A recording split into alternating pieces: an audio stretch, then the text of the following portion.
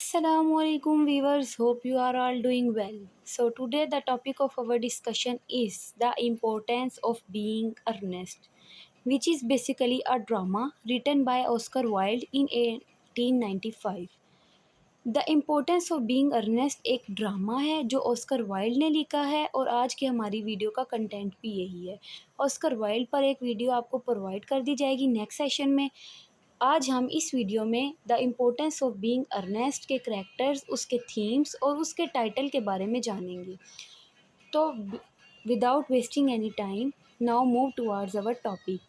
तो बेसिकली सबसे पहले जो टाइटल है वो है The Importance of Being Earnest.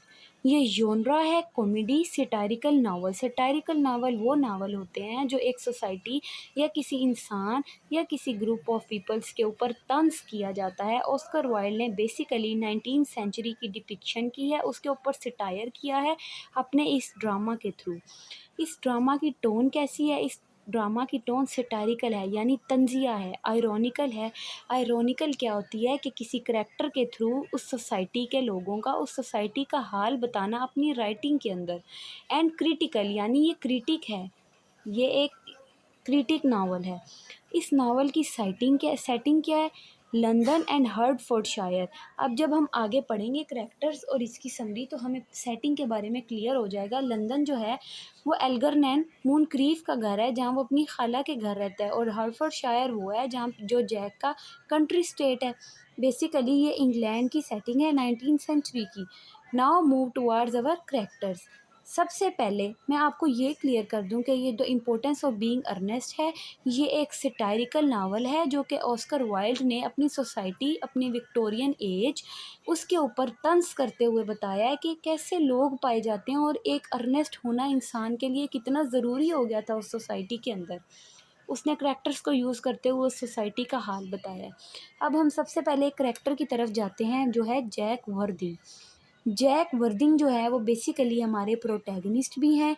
ये एक इंसान जो है ना, इसने दो रूप धारे हुए हैं, ये हमें आगे जाके पता लगेगा। ये थोड़ा सा सीक्रेटिव टाइप है, ये डबल लाइफ को जी रहा है। कैसे? कि एक उसकी कंट्री स्टेट है, जैसे मैंने आपको बताया था हार्टफोर्डशायर।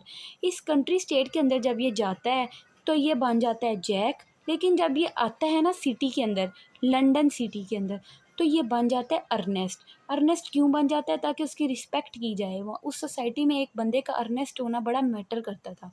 उसने दो अपनी शख्सियात बनाई हुई थी। उसके पास एक लड़की की कफ़ालत थी जो कि थॉमस कार्डियो, हम आगे पढ़ेंगे, उनकी डॉक्टर थी। उन्होंने अपनी बेटी की कफ़ालत इनको दी हुई थी। ये गार्डियन थे सीसीडी के। ठीक है। अब हमें इनके करैक्टर के थ्रू क्या पता चलता है? हमें पता चलता है कि ये विक्टोरियन हाइपोक्रेसी को रिप्रेजेंट करते हैं। किस तरह? मुनाफ़कत को, कि जो लोग हैं ना वो उस बंदे को ज़्यादा अहमियत देते हैं जिसके पास पैसा है। अर्नेस्ट हमें टाइटल से पता लगता है कि कितनी इम्पोर्टेंस देते हैं लोग, उसको कितना एक्सेप्ट करते हैं, उसकी इज़्ज़त करते हैं। इसलिए आगे नेक्स्ट हमारा करैक्टर आता है एल्गरनैन मूनक्रीफ। एल्गरनैन मूनक्रीफ जो है ना, हम उनको सेकंड प्रोटैगनिस्ट भी कह सकते हैं। ये जैक के फ्रेंड हैं जो कि लंदन में रहते हैं अपनी खाला के घर, और इनकी खाला कौन है? लेडी ब्रैकनिल। लेडी ब्रैकनिल जो है ना उनके ये नेफ्यू हैं। जो है ना ये थोड़े से भूखे टाइप से, फूडी टाइप से बंदा है, ये खाता पीता रहता है, आइडियल है, इसके अंदर ही बहुत ज़्यादा हमेशा सुस्ती तारी रहती है। ये इन्होंने भी जैक की तरह अपने डबल रोल अदा किए हुए हैं। कैसे? बनबरी। ये अपने आप को बनबरी बना लेते हैं। वो बनबरी एक ऐसा फिगर होता है या एक ऐसा करैक्टर होता है जो अपने आप ना सोसाइटल नॉर्म्स और अपनी पर्सनैलिटी इस तरह की बना लेता है कि उसको सोसाइटी अच्छा बिहेव करे, वो सोसाइटी के अंदर अच्छा माना जाए। तो इन्होंने भी बनबरी का रूप धारा हुआ है। ठीक है। और अब हमें इनके करैक्टर से क्या पता लगता है? जैसे कि जैक वर्दिंग के करैक्टर से पता लगता था कि ये जो है ना ये सोशल और विक्टोरियन हाइपोक्रेसी को रिप्रेजेंट करते हैं। तो ये क्या है? ये सिंबल हैं किस चीज़ का? डिकेडनेस का, किस चीज़ का? ज़वाल का। कैसे? कि ये जो है ना अपर क्लास की जो है ना, अब इसका दिखाया गया है कि ये अपनी खाला के घर रहता है, खाता पीता है, मौज करता है। तो ये हाइपोक्रेसी है। ये दिखाया गया है कि ये एलीट क्लास जो है इनको कोई परवाह ही नहीं है, इनके ऊपर ये तंज करते हैं। तो ये दो करैक्टर हमारे जो हैं ये मेन है। अब हम अपने अगले करैक्टर की तरफ मूव करते हैं। अब जो हमारा नेक्स्ट करैक्टर है वो है ग्वेंडोलिन फेयरफैक्स। जैसे कि मैंने आपको बताया था कि जो एल्गर्नन मूनक्रीफ है ना वो अपनी खाला के घर रहते हैं और उनकी खाला की एक बेटी भी है जिसका नाम है ग्वेंडोलिन फेयरफैक्स। जब भी जैक उनसे मिलने आया करता था एल्गर्नन मूनक्रीफ से, तो उसको प्यार हो गया था ग्वेंडोलिन के साथ, यानी ये लवर थी जैक की। एल्गरनैन की कज़न है और लेडी ब्रैकनिल की डॉटर हैं, थोड़ी सी स्टाइलिश और सोफिस्टिकेटेड हैं। ये करैक्टर भी हमें सोसाइटी दिखाता है, मोरालिटी दिखाता है सोसाइटी के कि उस टाइम फेमिनिस्ट कितना ज़्यादा था। औरतें अपने आप को फैशन और मोरालिटी और पिटिशेंसी आर्टिफिशियलिटी के अंदर रखती हैं, अपने आप को कितना बना के रखती हैं। हमें एक ही करैक्टर के थ्रू उसकी क्रिटिक, उसका सटायर नज़र आएगा ऑस्कर वाइल्ड का। नेक्स्ट आ जाता है सिसिली कार्डियो। जैसे हमने फर्स्ट करैक्टर जैक में डिस्कस किया था कि जैक को एक ज़िम्मेदारी एक लड़की की सौंपी जाती है, थॉमस कार्डियूस की डॉटर है, यानी थॉमस कार्डियो जो है वो इसके फादर हैं। अच्छा, अब जैसे जैक को उसकी खाला की बेटी से लव हो जाता है, इसी तरह जो है ना एल्गरनैन, उसको भी सिसिली से लव हो जाता है। उसका लव इंटरेस्ट जो है ना सिसिली का, वो एल्गरनैन के साथ हो जाता है और इस तरह का होता है कि वो उसके ख्वाब देखती रहती है और वो कहती है कि मुझे तो अर्नेस्ट नाम ही पसंद इतना है, चाहे बंदा जैसा भी हो, बस मेरी ये ख्वाहिश थी कि मैं अर्नेस्ट के साथ शादी करूं। और उसके साथ ही ना उसने इमेजिनेशंस में ही इंगेजमेंट्स कर रखी थी। उसको लगता था वो मेरे ख्वाब में आता है, मुझे मनाता है। हालांकि उसको सिर्फ इतनी उसके अंदर इमेजिनेशन क्रिएट हुई है जैक के थ्रू, क्योंकि जैक उसको उसकी बातें बताता रहता था कि मेरा दोस्त है एल्गरनैन शहर में रहता है।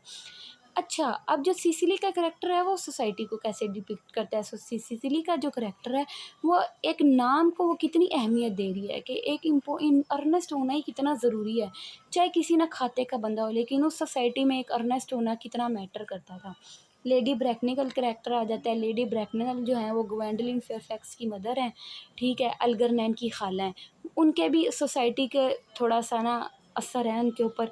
वो कहती हैं कि ना बंदा है वो अमीर हो, ठीक है, क्योंकि जब जैक कहता है ना कि मैंने आपकी बेटी से शादी करनी है, यानी ग्वेंडोलिन से करनी है, तो कहती है जैक से कि तुम हो अपने फादर के बारे में बताओ, अपनी फैमिली के बारे में बताओ।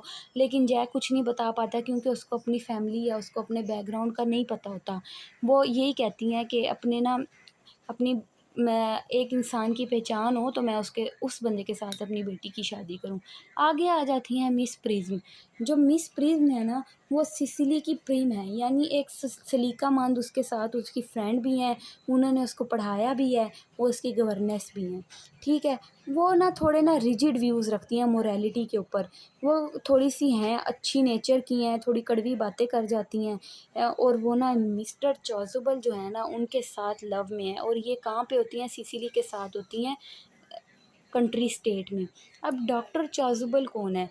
जो डॉक्टर चोज़ुबल है ना वो सरबराह हैं जै की कंट्री स्टेट के, जहाँ जो जै की कंट्री स्टेट है ना उसके वो सरबराह हैं। एल्गरनैन और जैक है ना वो उनसे ही तो जाते हैं, उनसे ही तो कंसर्न करते हैं कि हमें क्रिश्चियनिटी में तब्दील कर दें और हमारा पक्का पक्का जो नाम है ना वो अर्नेस्ट रख दें। यानी मिस प्रिज्म और चाजुबल का करैक्टर आ जाता है, theme of love and marriage का अगर आ जाता है। इसी तरह ग्वेंडोलिन और जैका आ सकता है, इसी तरह सिसिली और एल्गरनैन का भी आ सकता है। तो हमारे ऊपर ये थीम बड़े मैटर करते हैं कि हम करैक्टर के साथ साथ ये अपने ज़हन में बिठाएं कि ये अगर in theme of love and marriage आ सकता है तो लव के अंदर कितने लव इंटरेस्ट आ जाते हैं इस ड्रामा के अंदर। उसके बाद करैक्टर आ जाते हैं माइनर लेन है। वो कौन है? एल्गरनैन की बटलर हैं। उसके बाद है मैरी मैन। मैरी मैन कौन है? जैक की बटलर हैं, मतलब कि कंट्री स्टेट के अंदर होती हैं, यानी खाना पकाना खानसामा वाली होती हैं, और ये मैनोर हाउस के अंदर रह रही होती हैं। अगला हमारा करैक्टर आ जाता है थॉमस कार्डियो का। जैसे मैंने ज़िक्र किया था सिसिली के करैक्टर में। इससे पहले मैं आपको एक ऊपर चीज़ दिखाना चाहूँगी, ये देखें, बनबरी। मैंने आपको बनबरी का बताया था कि एल्गरनैन ने एक डुअल पर्सनैलिटी अपनाई हुई थी। ये एक फ़िक्शनल करैक्टर होता है। ये ना एल्गरनैन ने बनाया हुआ था, क्यों? क्योंकि वो चाहता था कि मैं जो सोसाइटी है ना या सोशल ऑब्लिगेशंस हैं उससे फरार रहूँ, और उसने अपने ऊपर एक फ़िक्शनल करैक्टर को तारी किया हुआ था कि सोसाइटी जिस करैक्टर से खुश हो, बड़ा रिस्पेक्टेबल टाइप बना हुआ था। बर्नबरी की ये डेफिनेशन बहुत ही इंपॉर्टेंट है, आप इसको रेडी कर लीजिएगा। नेक्स्ट आ जाता है मिस्टर थॉमस कार्डियो का करैक्टर। मिस्टर थॉमस कार्डियो है, हमने सिसिली के करैक्टर में पढ़ा था कि इन्होंने ना थॉमस कार्डियो जो है ना उन्होंने सिसिली को जैक के हवाले किया था कि आपने इसकी गार्डियनशिप करनी है। ठीक है। ये ना अपेयर नहीं है ज़्यादा ड्रामा के अंदर, लेकिन हमें सिसिली के थ्रू इस करैक्टर का पता चलता है और ये बेसिकली है माइनर करैक्टर के तौर पे ही। लेडी ब्रैकनिल मैंने आपको बताया था कौन है। लेडी ब्रैकनिल जो है ना, वो ना ब्रैकनिल की वाइफ है। और ब्रैकनिल कौन है? ग्वेंडोलिन के फादर। और आगे हम चलते हैं मिसिज़ मूनक्रीफ। मिसिज़ मूनक्रीफ कौन है कि ये बस इनका करैक्टर जो है ना, वो इस तरह है कि जो एल्गरनैन अपनी खाला के घर रहता है। एल्गरनैन की मदर जो थी ना, वो थी मिसिज़ मूनक्रीफ। एल्गरनैन की मदर थी। ये मदर थी जब इनके ना 2 बच्चे हुए थे। और इनका जो एक बच्चा है ना, उन्होंने वो बैग के अंदर अपना कोर्ट रूम के अंदर स्टेशन के ऊपर रखा था बच्चा। और वो बच्चा कौन था? जैक। अब हमें जब हम आगे करेंगे इसकी सारी समरी, तो हमें सिचुएशन समझ आएगी कि जैक कैसे गुमा था और उसकी क्या स्टोरी है। क्योंकि लेडी ब्रैकनिल है, जब उससे आइडेंटिटी जैक से पूछते हैं तो वो नहीं बता पाता, लेकिन हमारे पास जाके एंड में खुलेगा कि ये जो जैक है इसकी क्या रियल आइडेंटिटी है। आगे आ जाते हैं जनरल मूनक्रीफ। मूनक्रीफ से पता लगता है कि मिसिज मूनक्रीफ कौन थी? एल्गरनैन की मदर थी। तो जनरल मूनक्रीफ होंगे उनके फादर, उसके फादर थे। और इतना ही इसका इंट्रोडक्शन दिया गया है कि वो जैक और एल्गरनैन के फादर हैं। क्योंकि नावल के एंड पे जाके हमें पता लगेगा कि जैक और एल्गरनैन के दरमियान असल रिश्ता है क्या। ओके, अब हम इस नावल का थोड़ा सा बेसिकली ऊपर से इंट्रोडक्शन देख लेते हैं कि ये नावल है किस बारे में। एक कॉमेडी है जो सिटायर करती है विक्टोरियन सोसाइटी के ऊपर कि वो कितने ऑब्सेस्ड हैं अपेरेंस को लेकर। हमें करैक्टर्स के थ्रू पता लगता है कि वो सिसिली जो है और जो उसका करैक्टर है ग्वेंडोलिन का अपने आप को कितना बना के रखती हैं, यानी वो पेरेंट्स को कितने तरजीह देती हैं। और सोशल स्टेटस कितना मैटर करता है। और थीम ऑफ मैरिज, जैसे कि मैंने आपको बताया था 2-3 कपल ऐसे बनते हैं, तो ये भी हमारा इम्पोर्टेंट क्वेश्चन बन सकता है। ये बेसिकली जो प्ले है वो रिवॉल्व करता है 2 यंग मैंस के अराउंड। वो कौन कौन से हैं? जैक है और एल्गरनैन है। दोनों डबल लाइफ जी रहे हैं। क्यों? क्योंकि सोसाइटल जो नीड है वो यही चाहती है। वो सोसाइटी के मुताबिक डबल लाइफ जी रहे हैं। और अपने रोमांटिक स्टेटस यानी अपने रिलेशनशिप को पाने के लिए उन्हें डबल आइडेंटिटी अडॉप्ट करनी पड़ रही है।